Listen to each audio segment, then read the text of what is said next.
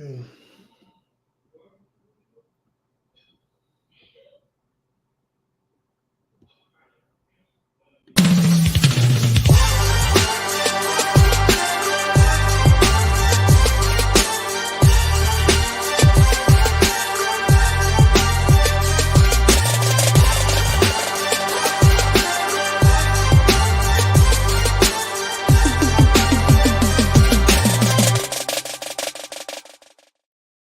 Well, hear ye, hear ye, hear ye. It's a great evening.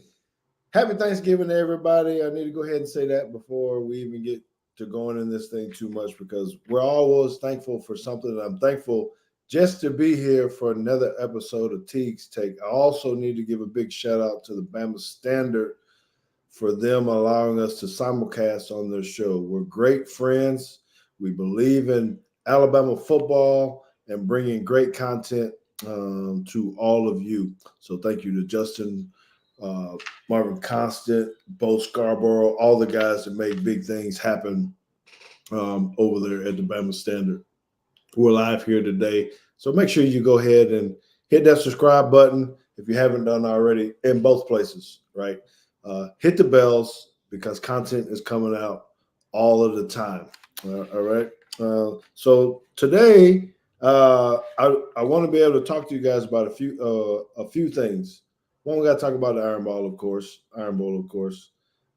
What are you really thankful for? I'm going to be interested to hear our guest talk about what he is thankful for, and then Jalen Milroe. Can we talk about him a little bit as well? So, and how do we get into the playoffs? So, what I want to do at this point now, this gentleman, I want to go ahead and give my first thanks to someone, right? Because we meet a lot of people who come across our lives for whatever reason. And, in the world of social media and everything else, you meet all kind of people. I like when you meet people who are genuine and who are out to help people, who make things happen, who are hard workers. It doesn't mean you have to be an Alabama fan, but I know he is an Alabama fan as well. This gentleman gave me an opportunity, and I have not said this to him, so I want him to hear this from me first because Corey LaBounty is on with us. He's the host of the Final Drive on 105 on WNSP 105.5. Automobile, and they spread out across South Alabama.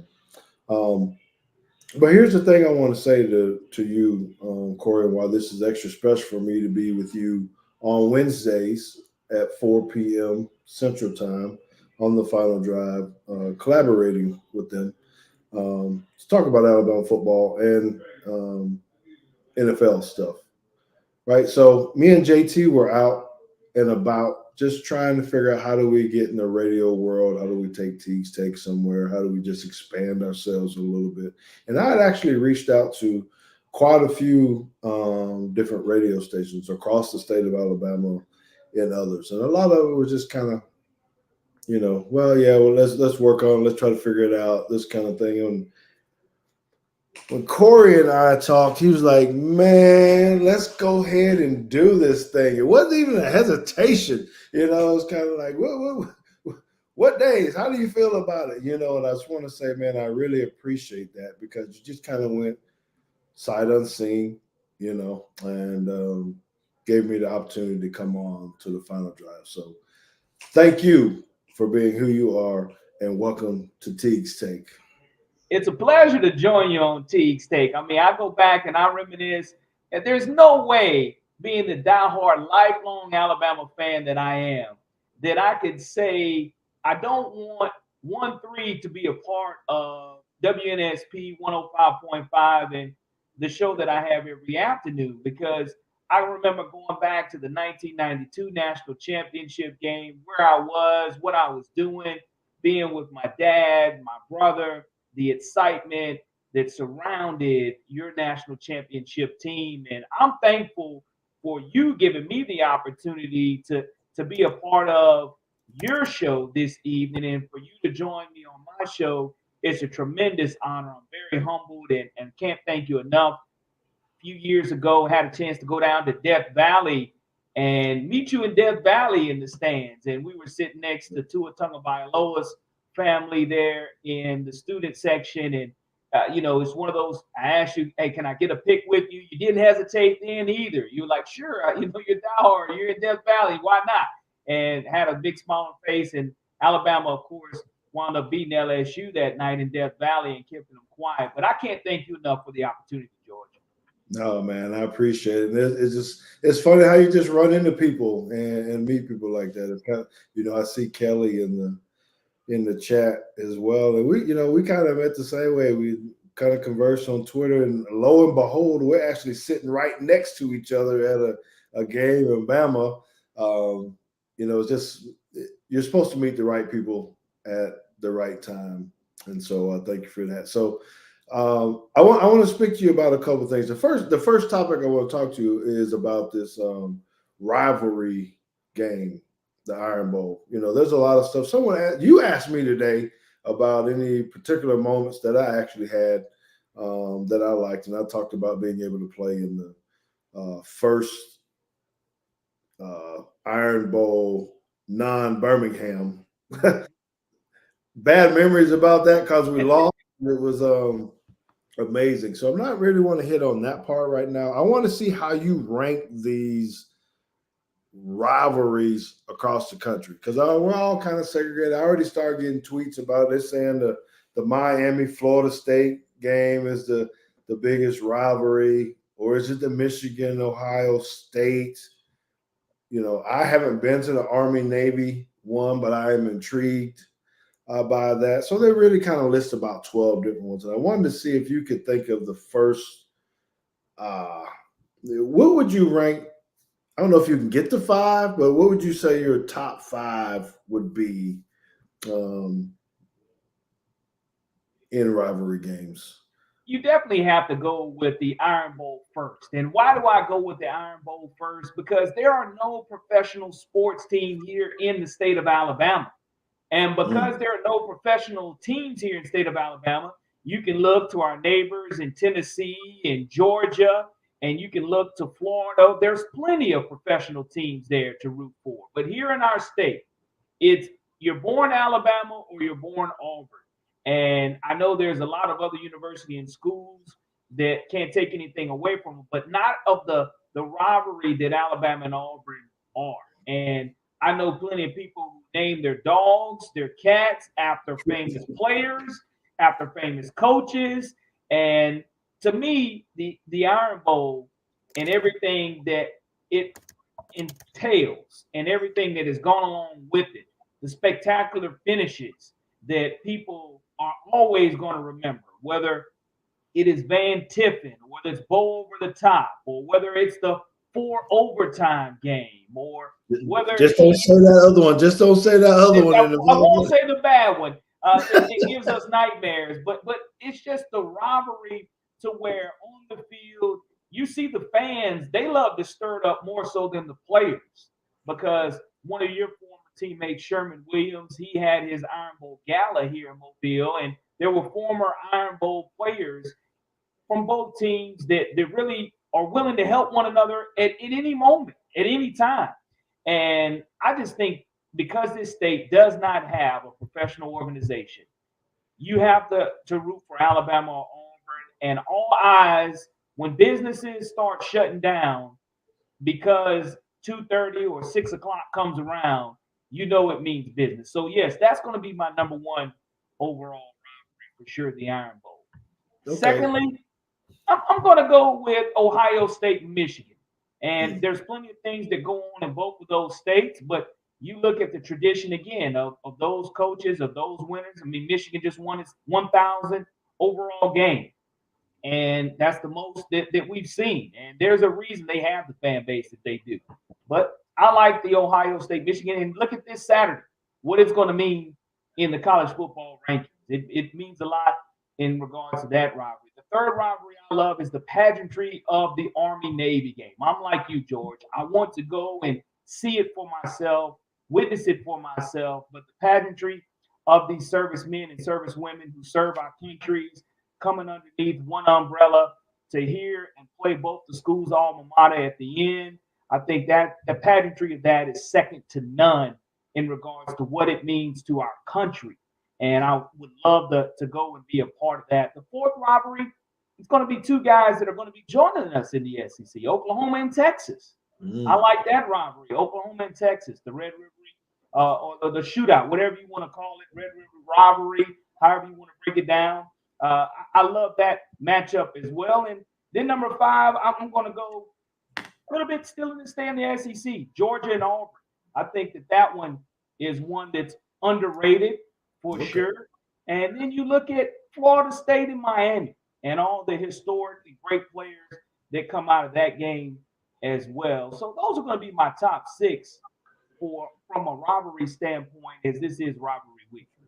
Well, you know what, and you bring up a lot there. And you bring up a great point for all the naysayers and haters about the Iron Bowl, with it being 2 college teams with no pro sports around. I don't think people really understand what that is and how you're grown and born into that. That, you know, there's when you say house divided, it brings a whole different kind of piece. Now, I have not been to the Big House or whatever it is to watch the Michigan Ohio State game. I do want to experience that as well, just because, you know, the Sunken Bowl of Michigan or whatever. I think it would be fun to go see. I can't figure out a way on how I want to do it because it's cold up there, man. I don't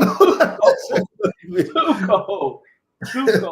Too cold this time of year. I mean, if it's not freezing cold, it's raining. So you're going to have there's no such thing as a sunshiny day for that Ohio State Michigan game. The sun can be out, but it's still going to be 32 degrees or it's going to be snowing. And, you know, I like the backdrop of it, but as far as it being number 1 overall, I can't see. Yeah. Well, you know, and I'll have to admit that growing up, because you got to remember, and I have to remind people that I did not grow up in Alabama. I was a military brat, so I moved around. That's my second thanks that I want to give is to my pops and my family for giving me the lifestyle that I was able to grow up with. 6 older brothers, 2 older sisters. Being in the military, it wasn't easy for them to do and provide for me and give me the lifestyle, you know, of being on the base to learn what it means to serve and all that. So hats off to all the veterans as well, because I'm thankful for all that they do as well. Now, so what I want to say is, because of that, not growing up there, I used to love to watch the Miami, Florida State game just when I was young. It was just something about him coming out in the middle of the field and spiking that big old spear in the middle of the field, like, oh man, it's on, you know, this kind of thing is exciting. They used to battle. There was some, you know, some really close games. And when you look at it, so that series, the Miami Florida State series, it's 35-32. Miami is pretty close. Alabama, Auburn, we're up 49-37 in our rivalry. We need to keep it that way. Let's go ahead and 50. This week, the Texas OU game, OU is not too bad, 63-51 in favor of Texas. Michigan leads their series 60-51. And the one that kind of shocked me the most, that I thought might have been a bigger rivalry, just because I live in Texas, we're out here, would be Texas A&M. But Texas leads that series 76-37. I don't think that's a rivalry at all. But Texas A&M absolutely hates Texas. And I think they're mad because they're getting ready to come over into the SEC. And I think that's why they got rid of Jimbo, because they don't want to lose to Texas anymore. And they're trying to figure out what to do. Right? So, interesting piece, man. I do appreciate that. I'm with you. The Iron Bowl, it just hands down, I don't think it compares, just because of the in-state rivalry with no other distractions. It is what it is for the whole year. We're not going to talk about Cowboys in Houston. We're not going to talk about anything else. You know, that. So, this, I want to get into this because it's probably going to take us a minute to get through this. The rankings right? So the rankings come back out. We're still sitting at 8. Everybody's scratching their head. You can find a bazillion articles. You can find all kind of, I don't know, opinions, I guess, on how does Alabama get in. A lot of people make it sound simple. Hey, if you just win out, if Alabama just wins out, we're in. Do you feel that way? Do you think it's just you win the SEC, we're in? My heart is saying sure, that's the way it's going to be, but my head says no. It's one of those situations to where I'm really concerned and worried because you look at number one, Georgia can't take anything away from them. To be the man, I love wrestling. So to be the man, you have to beat the man. Ric Flair says, right?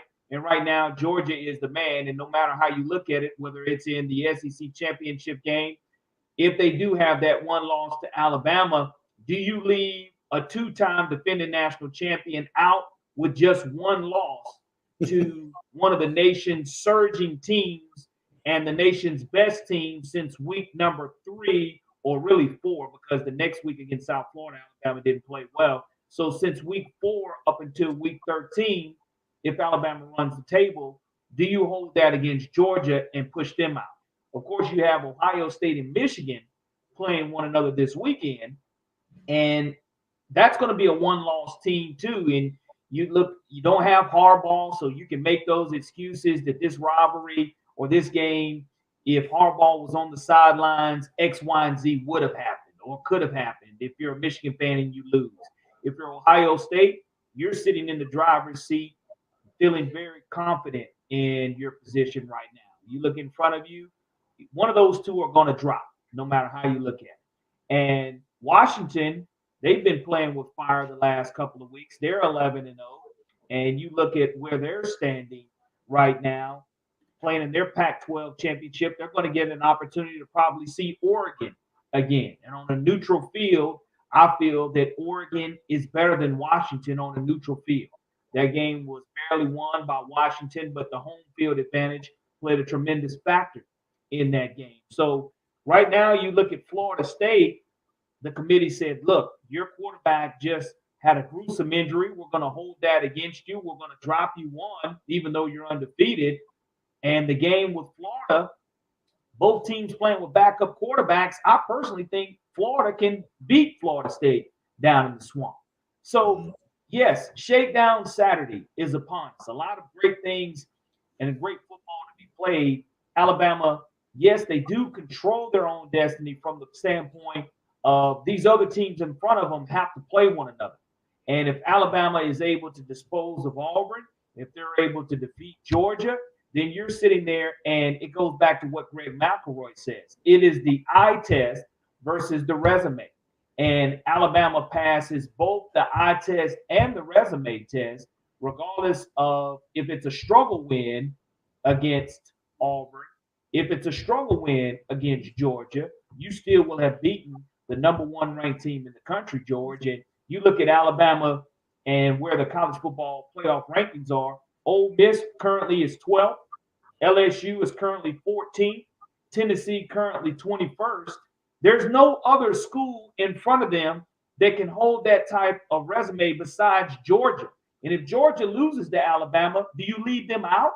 So there are still a lot of things that have to happen within these next couple of weeks for Alabama to put itself in a great situation to play in the college football playoffs. But my heart says they can do it. My head says the human element part of this, it's the Crimson Tide fatigue at times, but it's also if there's a one-loss team.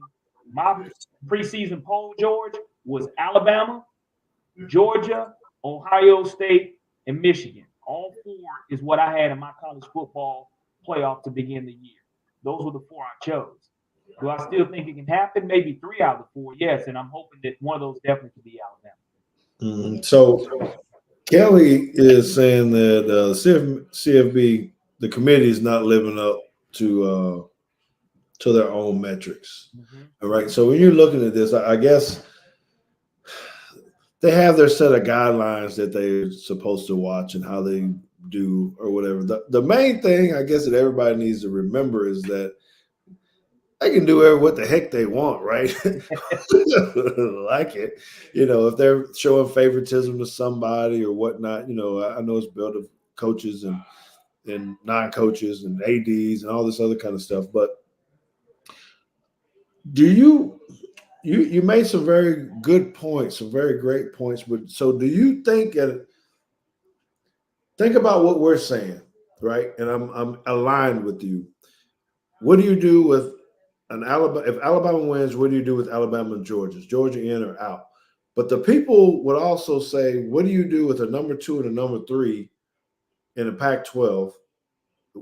Do both of them stay in the top 4 or not? Is it weighed the same as the SEC, or do you think the committee will say, well, the SEC is stronger, or do you worry about, hey, you got 2 versus 3 versus 1 versus, I don't know what will be next week? Are we still at, I don't know, will we make it up to, will we jump Texas? Will we, do we get to 6 or 5? I think we can hit 5. I think we can hit 5, George. I really think it's a possibility that we can hit 5 because you're looking at Georgia, they're going to roll through Georgia Tech. That one's not even going to be an issue. So they're going to stay where they need to be. Ohio State and or Michigan has to drop at least 2 spots. So you look at keeping 2 undefeateds in Georgia, Ohio State, or Michigan. Washington, I don't think they're going to lose in their rivalry game against Washington State. So they'll stay undefeated. FSU, I think this is where FSU kind of falters and falls. And I don't want that to be the case. Oregon, with their 1 loss, having been to Washington, there's no way that you can leapfrog Washington in that situation until you play that Pac-12 championship. So that's why I think that the committee's going to have its hands full, and it's happened to Alabama before, where you just had to sit, wait patiently after winning the SEC championship. You wait to see how that Pac-12 championship is going to shake itself out. You wait to see what Michigan is going to do in their Big 12, or Ohio State is going to do in their Big 10 championship game. So there's just so many factors going into the championship game versus the rivalry game that are going to hold and be a huge factor. So do you think, and so if, like I said, there's so many scenarios, so what do we really need to happen? Because if Oregon beats Washington, is that problematic though? For absolutely, if Oregon defeats Washington on that neutral field, then you're looking at Washington having beat Oregon at home, Oregon beating Washington on a neutral field. But I don't see how you can take 2 Pac-12 teams. I just don't see how, because they don't really play the defense, and the strength of schedule is nowhere near what you see for Georgia or Alabama or even Michigan. For that, people have kind of bashed Michigan and bashed Ohio State, but Penn State, I know you can speak. Happy Valley is no easy place to win. That's not an easy place to win. So you can't hold that against them. You go and you look at the way Michigan struggled against Maryland without Coach Harbaugh. And that's the one thing that I want to see if the committee is going to hold against Michigan, knowing that Harbaugh can return from his suspension in the bowl, but not against Ohio State, their biggest rival. So, that game right there, depending on scores, I think that the human element comes into what is the score. How bad did you lose? If you lose close, then I don't think you can drop multiple spots. If you get blown out, then I think that's when you're going to have an opportunity to start seeing a lot of slippage there in the top 6. So how bad do we need to beat Auburn this week for make this statement? Is this just cover? Is this just the 14 points, or is this got to be a route or what? You definitely need to handle Auburn the way that Alabama has in the past. And what do I mean by in the past? I mean, when you start looking at scores, I said 30 will definitely get a win for Alabama versus Auburn. But if you can win 42-14, you can win that 49 to 17 range, to where you are showing that you are clearly superior to Auburn. And you win with Milroe continuing to be balanced and Milroe trust, being able to throw the ball and not having to worry about a kick six or field goal, or Will Reichert leading the nation in scoring through field goals, or becoming NCAA's all-time lead scorer through field goals. You need to put a whooping on Auburn and send the message that, yes, we have dominated every SEC opponent that you put in front of us, and we're ready to take on the Georgia Bulldogs in the SEC championship game. Yeah. I mean, you're right. I'm on that. I think that we're kind of primed and ready for that. And like I said, we could beat this whole thing down a little bit. The main thing is we just would have beat Texas back in the day. It would be a whole different story right now. I don't know, maybe not, because there would be 6 teams instead of 5. I think Louisville probably ends up taking out Florida State if they don't lose this week. So I think we have a good chance. It just worries me that what that committee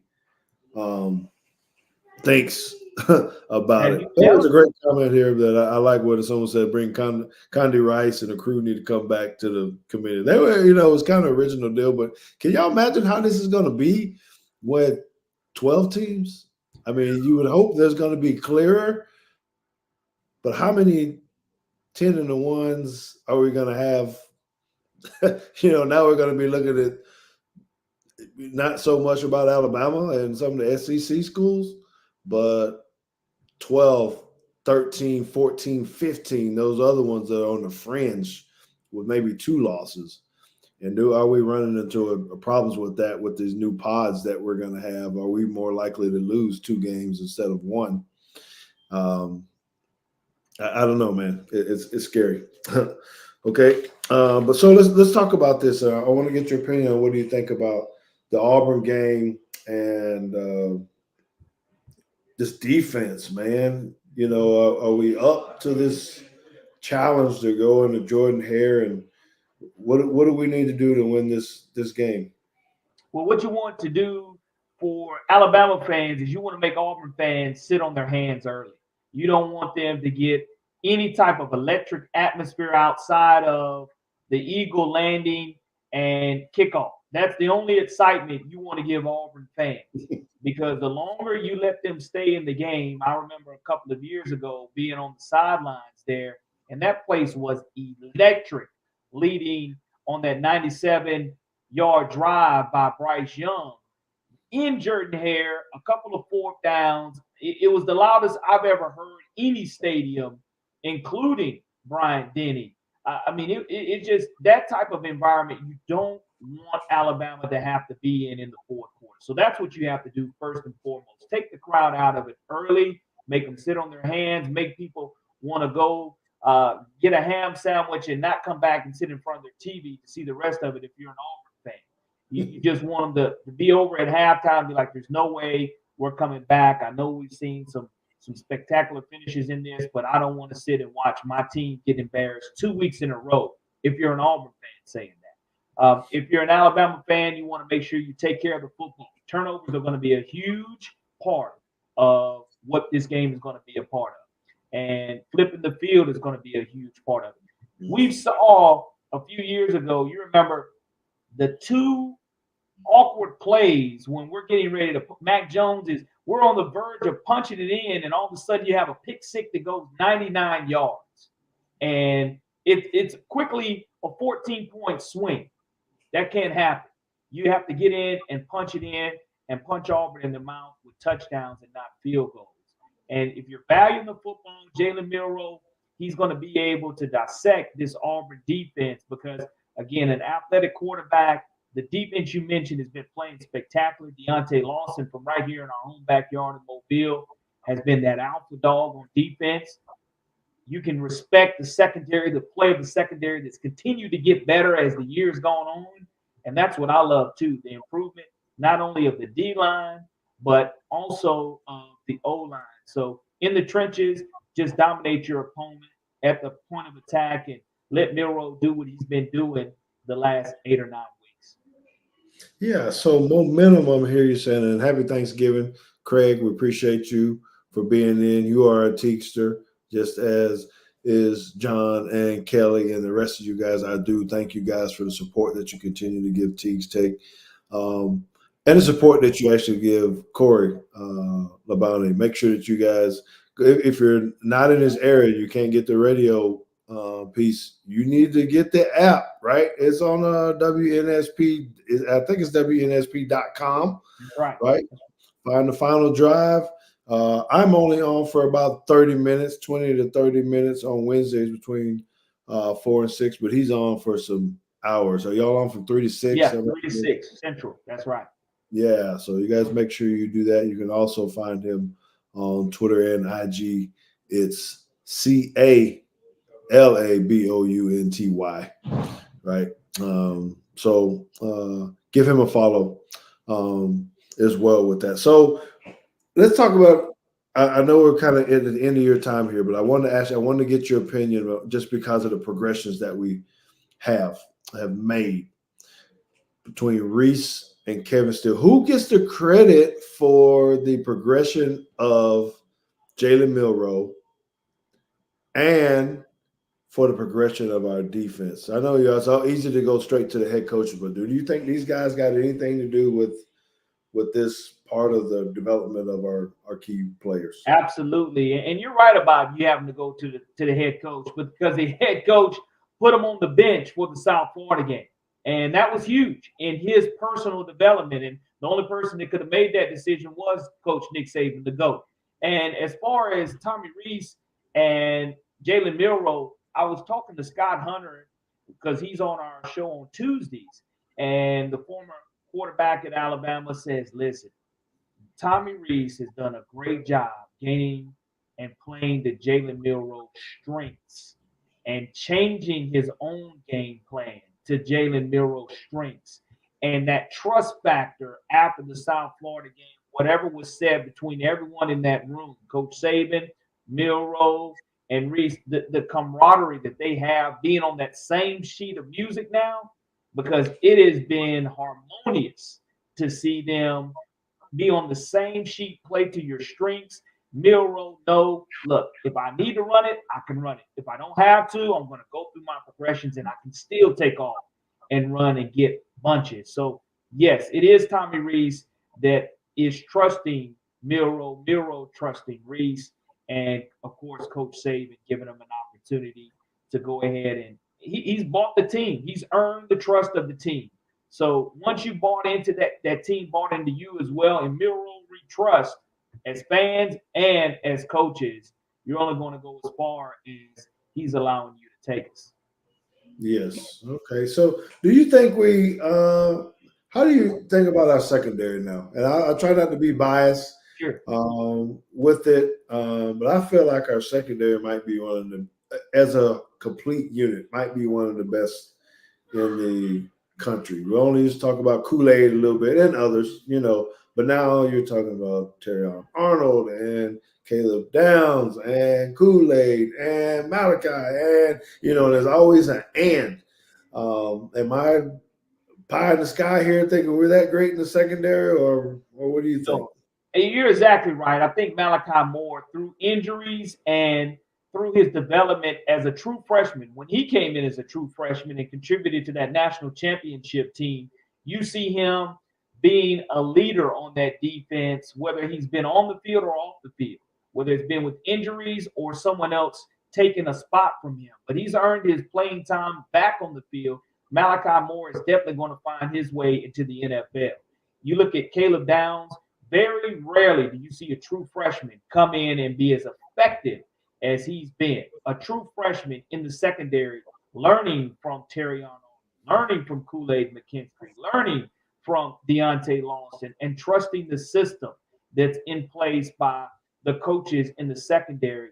I love the fact that all four of those guys that you mentioned, Caleb Downs here in 2 more years, he stays healthy. He's a surefire top 10 pick, maybe in a top 5 pick if he continues to play at the elite level that he's played as true freshman. You look at Malachi Moore, he's definitely going to hear his name called on draft day. Terrion Arnold has continued to improve also, and he's a guy that I think can come back in 1 more year, and his draft stock is going to go through the roof. And of course, Kool-Aid McKinstry is already a first-round draft pick, and he continues to shut down an entire side of the field because we haven't called his name all this year. Why? Because people aren't throwing on him consistently enough. And when they do, there's a PBU or you haven't thrown at him for him to get the INTs.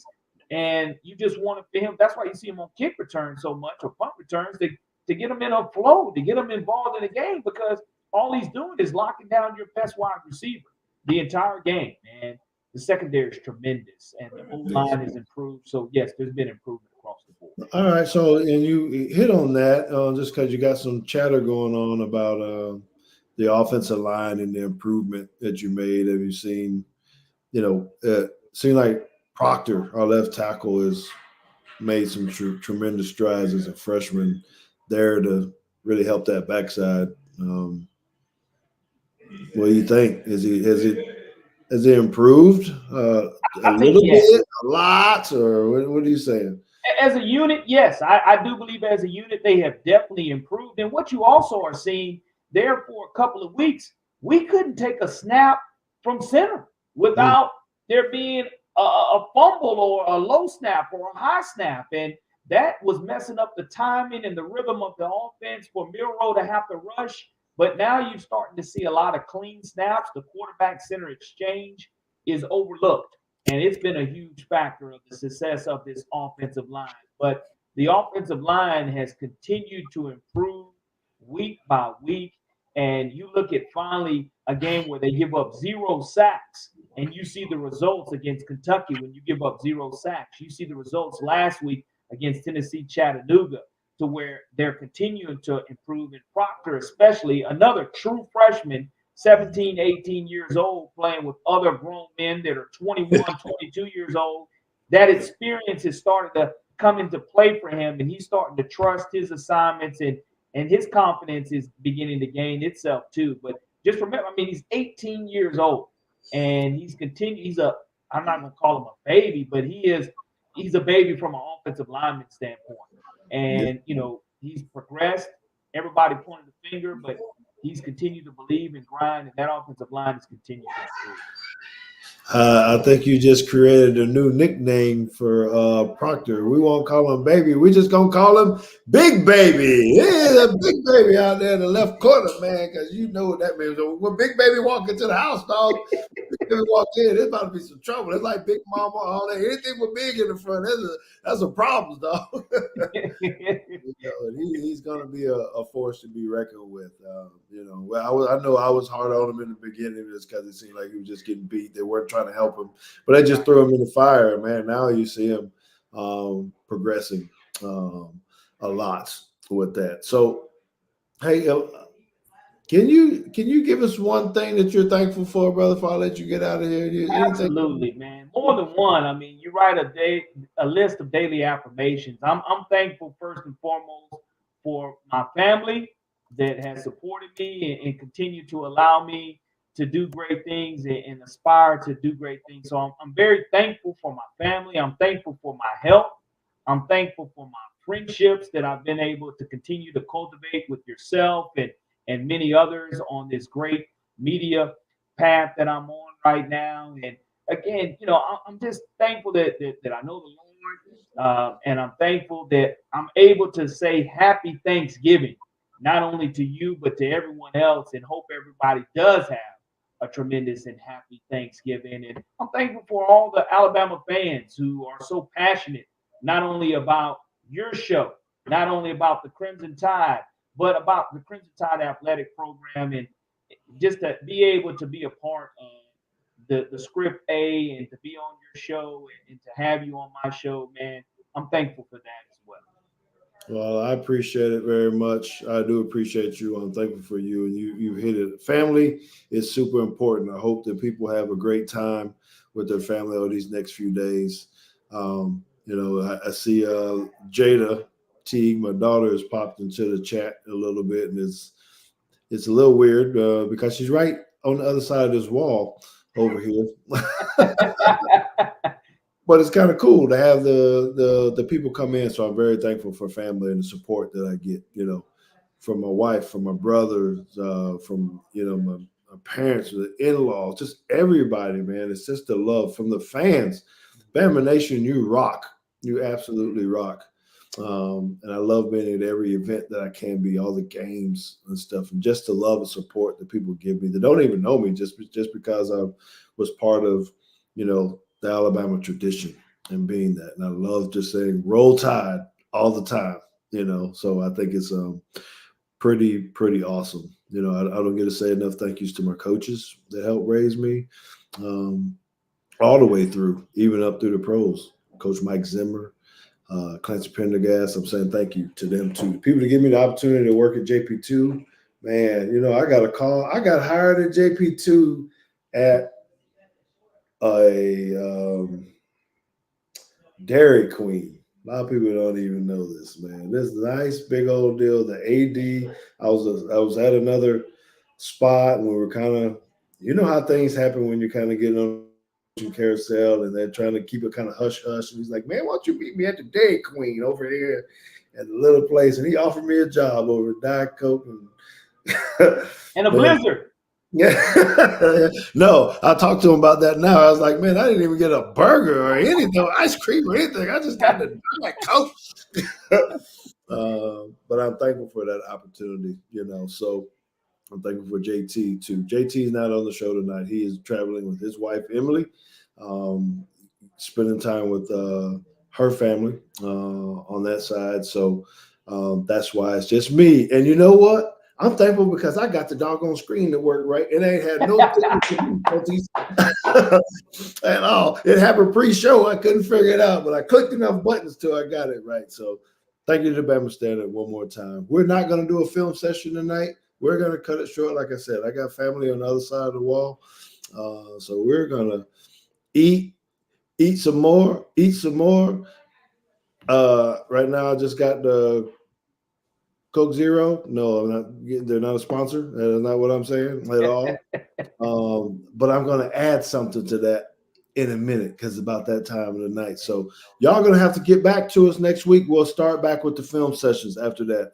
I know that you guys love it, or at least I hope you do. We're dropping it all the time. We're going to continue to do that. There's going to be some clips from this Auburn game that I know that we can learn from. And maybe highlight just something good from someone. Don't forget to tune in to WNSP. If you don't have the app, go ahead and download it so you can hear both of us talking on Wednesdays at 4 o'clock Central Time, 105.5 out of Mobile, right? Find the final drive. We kick it. We have a good time. We got Nick Wiggins with us.